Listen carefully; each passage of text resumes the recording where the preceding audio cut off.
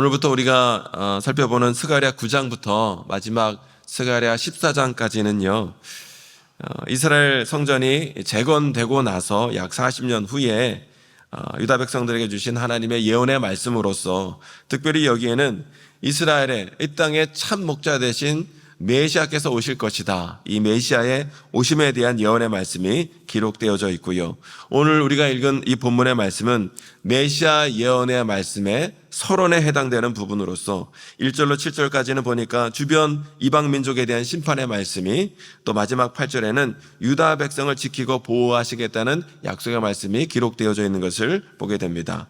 1절은 오늘 본문이 이렇게 시작됩니다. 여호와의 말씀이 하드락 땅에 내리며 다메섹에 머물리니 사람들과 이스라엘 모든 지파의 눈이 여호와를 우러러 봄이니라 하며 말씀이 시작되고 있습니다. 여기에 보니까 하나님의 말씀이 하드락과 다메섹 땅에 머문다 말씀하고 있어요. 더 정확히 말하면 하나님의 말씀, 머무러 보면 하나님의 이 징계의 말씀이 이 하드락과 다메섹 땅, 즉 아람 땅에 하나님의 경고의 말씀, 징계의 말씀이 내릴 것이다 하는 말씀이지요. 이러면 이 아람 땅, 수리아 땅에 하나님의 징계의 말씀이 왜 내린다는 것입니까? 그 이유가 1절 하반절에 이렇게 기록이 되어져 있어요. 사람들과 이스라엘 모든 지파의 눈이 여호와를 우러러 봄이니라. 하나님의 경고의 말씀이 이 아람 땅에 임하는 이유는 사람들과 이스라엘이 하나님을 경외하는데, 하나님을 경외하는 이 백성들을 아람 민족이 침공하고 괴롭히고 공격했기 때문에 하나님이 이제 그들을 심판하시겠다는 거예요. 또 2절로 4절의 말씀을 보면 1절 하드락과 다메섹뿐만이 아니라 그 땅 가까이에 있는 이 하맛, 또 두로, 시돈 땅에까지 하나님의 경고와 징계의 말씀이 임하고 있는 것을 보게 되지요. 이 아람이 가나안의 동북쪽에 위치한 지역이라면 이 하맛, 두로와 시돈은 이 가나안의 북서쪽에 위치한 해안 지역에 위치한 그런 나라들이었지요. 그런데 2절에 보니까 특별히 두로와 시돈에 대해서 성경은 뭐라 말씀하고 있냐면 지혜로운 민족과 나라다라고 말씀하고 있어요. 근데 여기서 말씀하는 지혜는 하나님의 지혜, 성경의 지혜, 그런 지혜가 아니라 세상을 살아가는 지혜, 세상의 지식, 기술을 뜻하는 말입니다. 즉, 이 두로와 시돈은요, 세상에 뛰어난 지식과 기술을 가지고 특별히 이 항해술, 뛰어난 항해술을 바탕으로 바다를 지배하는 가운데 무역함으로 막대한 부를 축적한 나라와 민족이 바로 이 두로와 시돈이었다라는 것이죠. 막대한 이 부를 가지고 견고한 요새와 성을 지었고요, 또 많은 부와 명예를 삼은 것이 이 두로와 시돈 나라였다라는 것이에요. 세상의 모든 나라나 모든 사람들이 막대한 부를 갖게 되는 것을 마음의 소원으로 가질진데, 그러한 목표를 이룬 대표적인 나라가 바로 이 두로와 시돈이었다는 것이죠. 특별히 두로라는 나라는 얼마나 큰 막대한 부를 가지고 견고한 성, 단단한 요새를 지었든지 그 유명한 바벨론의 느부갓네살 왕도 이 두로를 점령함에 있어서 무려 13년의 세월이 걸렸다고 하고요. 그리고 헬라의 알렉산더 대왕도 이 두로를 점령함에 있어서 다른 지역은 파죽지세로 공격하는 즉시 다 무너뜨렸는데 이 두로만큼은 알렉산더 대왕도 무려 7개월이 걸렸다, 역사는 기록하고 있어요. 그러나 여러분, 이들이 아무리 막대한 부와 명예를 가지고 견고한 성을 지으며 살았다 할지라도 그들의 결과는 어떠하리라는 거예요? 4절에 보니까 주께서 그를 정복하시며 그의 권세를 바다에 쳐넣으시리니 그가 불에 삼켜질지라 하고 말씀하고 있습니다. 한마디로 그들은요, 멸망하게 되리라, 심판받게 되리라 하나님은 말씀하시는 거예요.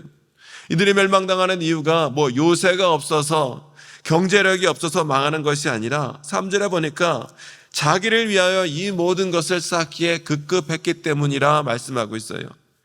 자신들의 안전을 보장하리라 믿는 그 믿음으로 견고한 요새를 쌓고 막대한 금과 은과 불을 열심히 모으며 쌓았으나 오히려 그로 인하여 하나님께서 그들을 심판하시게 되었다라는 것이죠. 누가복음 12장에 보니까 어리석은 부자에 대하여 하나님이 뭐라고 말씀하시냐면 자기를 위하여 재물을 쌓아두고 하나님에 대하여는 부여하지 못한 자라 책망하시는 것을 보게 되지요. 오직 자신만을 위해서 무엇인가를 쌓기에 급급한 인생, 나만을 위하여 사는 인생, 나만 잘되게 위하여 다른 사람을 괴롭히는 인생, 이 모든 인생들은 결국 하나님의 징계의 대상이 될 수밖에 없음을 말씀하고 있고요.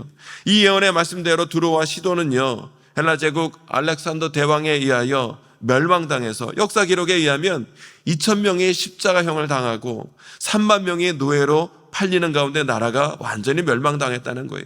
결국 오늘 이 예언의 말씀과 같이 심판을 받게 된 것을 보게 됩니다. 아무리 두로와 시돈이 난공불락의 요새를 건축했고요, 엄청나게 많은 부를 축적했고, 아무리 많은 세상의 기술과 뛰어난 지혜를 가졌다 할지라도 그것들이 자기들을 구원하지는 못했다는 것이지요. 왜냐하면 이것은 세상에 유한하고 일시적인 재물을 모으는 기술일 뿐, 세상의 지혜일 뿐, 그것이 영원한 생명을 얻게 하는 주님의 지혜는 아니기 때문이라는 거예요. 여러분, 우리를 구원하시고 영원한 생명으로 인도하는 것은 세상의 지혜나 기술이 아니라 오직 예수 그리스도 십자가 보혈의 은혜만이 우리를 영원한 생명의 길로 인도하여 주시는 줄로 믿습니다.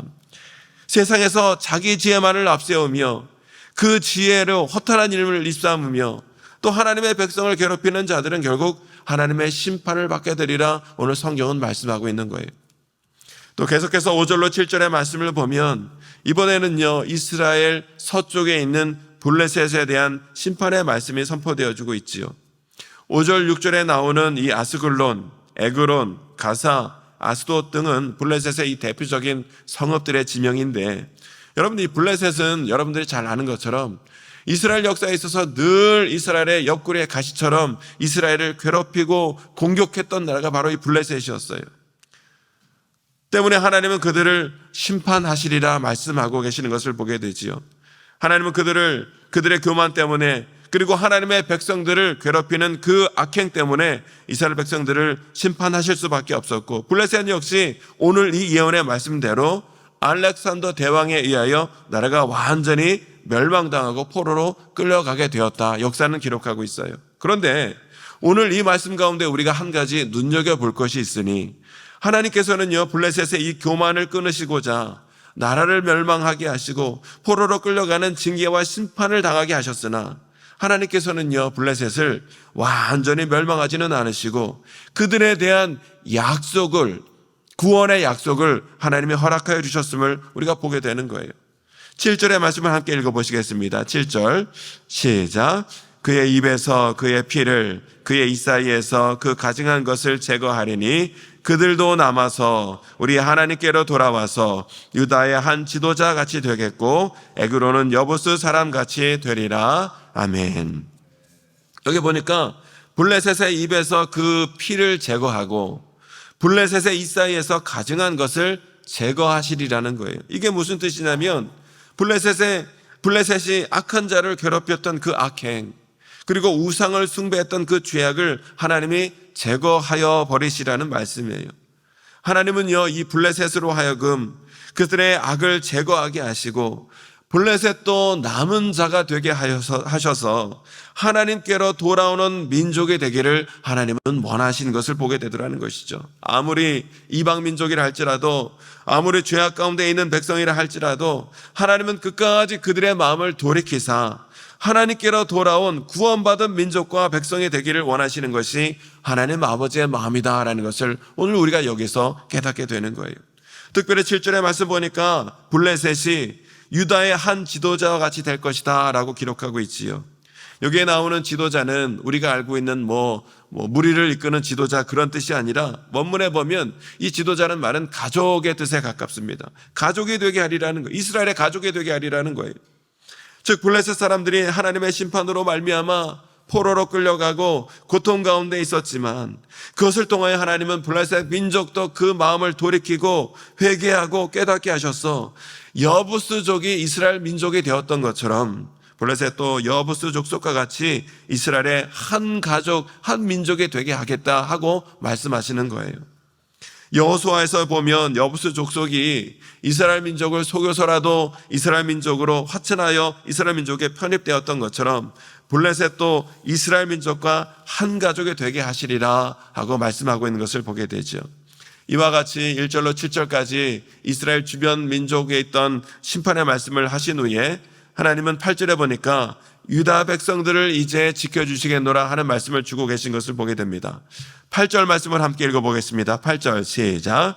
내가 내 집을 둘러 진을 쳐서 적군을 막아 거기 왕래하지 못하게 할 것이라. 포악한 자가 다시는 그 지경으로 지나가지 못하리니 이는 내가 눈으로 친히 봄이니라. 아멘. 하나님께서 유다 백성에게 말씀하시기를, 당신의 택한 백성에게 말씀하시기를, 내가 이 집을 둘러 진을 쳐서 다시는 적군들이 공격해 오거나 침략하지 못하도록 눈동자같이 지켜주시라는 거예요.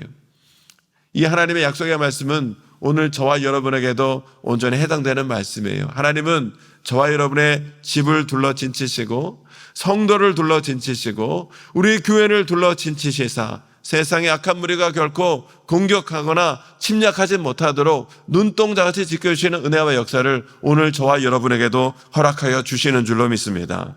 우리는 하나님의 이 눈동자같이 지켜주시는 은혜 아래에 있는 자들이라는 거예요. 이 말씀을 읽는데 얼마나 기쁨이 넘치는지 몰라요. 하나님은 당신의 택한 백성, 당신의 택한 백성의 집을 둘러 진을 치사 세상의 원수 마귀가 결코 지나가지 못하도록 눈동자같이 지켜주시리라는 거예요. 여러분, 성경 역사를 통하여 우리는 이스라엘의 주변 국가들이 이 아람, 두루와 시돈, 블레셋이 끊임없이 이스라엘을 공격하여 고통스럽게 했다는 것을 우리는 잘 알고 있지요. 그런데 여러분, 흥미로운 사실이 무엇이냐면 이 이스라엘의 주변 나라들이 강성한 나라가 된 이유는 그들이 스스로 잘나서 그들이 강성한 나라가 된 것이 아니었다라는 것이죠. 여러분, 그들이 이스라엘의 주변 나라들이 강성한 나라가 된 이유는 하나님께서 당신의 택한 백성들을 깨닫게 하시고 징계하시기 위하여 잠깐 그들을 높여서 채찍의 도구로 사용하시기 위하여 강성한 나라가 잠시 되도록 하나님이 그렇게 섭리하신 것뿐이라는 거예요. 여러분, 이것을 우리가 깨닫는 것이 너무나 중요하다는 것이죠. 이것이 바로 세상을 바라보는 기독교인의 시각이요 역사적 관점이라는 거예요. 지금 중국이, 러시아가 세상의 대국이라고 아무리 떵떵대며 저렇게 있다 할지라도 그들도 하나님이 하나님의 역사를 이루시기 위하여 하나님의 택한 백성을 이루시기 위하여 하나님의 섭리 가운데 잠깐 높인 것뿐이지 그들도 자신의 죄를 깨닫지 못하면 언제 어떻게 심판받아 멸망당할지도 모르는 민족이라는 것을 그들이 깨달을 수 있어야 한다는 사실이에요. 여러분, 오늘 주신 말씀을 통하여 우리가 깨달아야 될 두 가지 사실은, 첫 번째는요, 오늘 나에게 어떠한 고난과 환난이 임하게 되었다면 그때 우리가 제일 먼저 무엇 해야 하는가?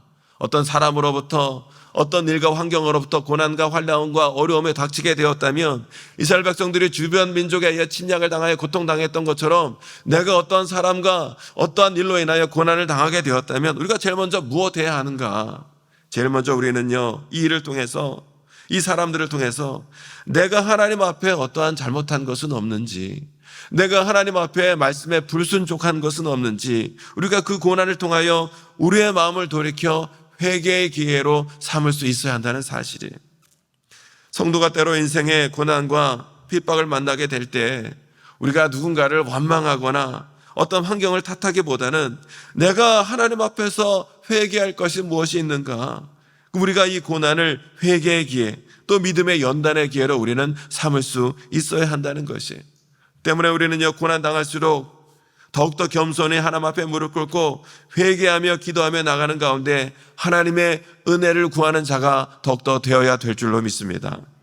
두 번째는요, 과거 이스라엘을 징계하시고자 하나님께서 잠깐 징계의 도구로 들어 사용하셨던 이 나라들, 이 민족들, 이들이 아무리 강성하여 요새를 쌓고 아무리 강성하여 세상에 많은 부와 명예를 얻었다 할지라도 결국 그들은요, 자신의 그 악행으로 인하여 심판받고 멸망당했던 것처럼 오늘 나를 고통스럽게 하는 자들이 있다면, 나를 괴롭게 하는 자들이 있다면 하나님께서 나를 깨닫게 하시고 내 죄를 뉘우치게 하기에 하나님께서 잠깐 그를 높여 사용하신 것뿐이기에 그들의 그 영광과 부귀가 영원할 수 없다는 것을 우리가 깨달아 알 수 있어야 한다는 것이에요. 그들도 회개하지 않으면 하나님의 심판에 의하여 멸망받고 징계받을 수밖에 없다라는 사실을 우리가 바라보는 가운데, 때문에 오늘 나를 괴롭히는 원수 마귀들의 형통함, 세상의 형통함을 우리가 바라보며 결코 마음이 무너지거나 그들을 부러워할 필요가 전혀 없다는 사실이에요. 하나님께서는 우리 인생길에 잠시 잠깐 고난과 징계를 허락하실 때가 있지만 그 고난을 통해 하나님은요, 결국 우리가 우리의 마음을 돌이켜 깨닫게 하시고 회개하게 하시고 더욱더 하나님의 거룩한 뜻대로 살게 하시기 위하여, 즉 우리의 믿음을 연단하시기 위하여 우리에게 때로 고난을 주시고 징계하신다 하는 사실을 기억하는 가운데, 고난당할 때 우리가 좌절하는 것이 아니라 이 고난을 통하여 우리의 믿음이 더욱더 정금같이 빚어지는 은혜를 우리가 반드시 누려야 될 줄로 믿습니다. 우리를 향한 징계의 목적은요, 멸망이 아니라 더 좋은 길로 인도하시기 위하여, 더욱더 좋은 믿음으로 우리를 이끄시기 위하여 이러한 징계의 때를 허락하신다라는 사실을 우리가 기억해야 된다는 사실이에요. 때문에 우리가 지금 고난 가운데 이해하지 못하는 어려움과 아픔이 있다 할지라도 모든 것이 합력하여 선을 이루게 하시는 하나님의 섭리의 손길이 반드시 이 가운데 있다라는 사실을 기억하는 가운데, 어려운 일을 당할 때일수록 더욱더 하나님 앞에 엎드려 기도하는 가운데, 죄악을 돌이켜 회개하는 가운데 더욱더 믿음의 눈으로 주님을 바라보며 하나님의 거룩한 뜻대로 살아가는 저와 여러분 모두가 더욱더 될 수 있게 되시기를 주님의 이름으로 축원합니다. 이 시간 함께 기도하기를 원합니다. 하나님,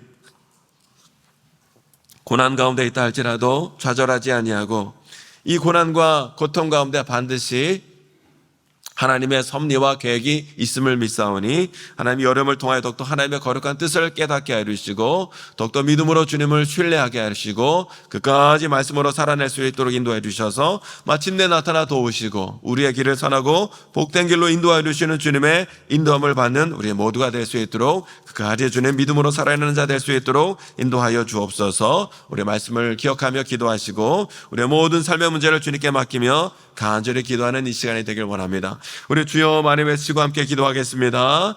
주여.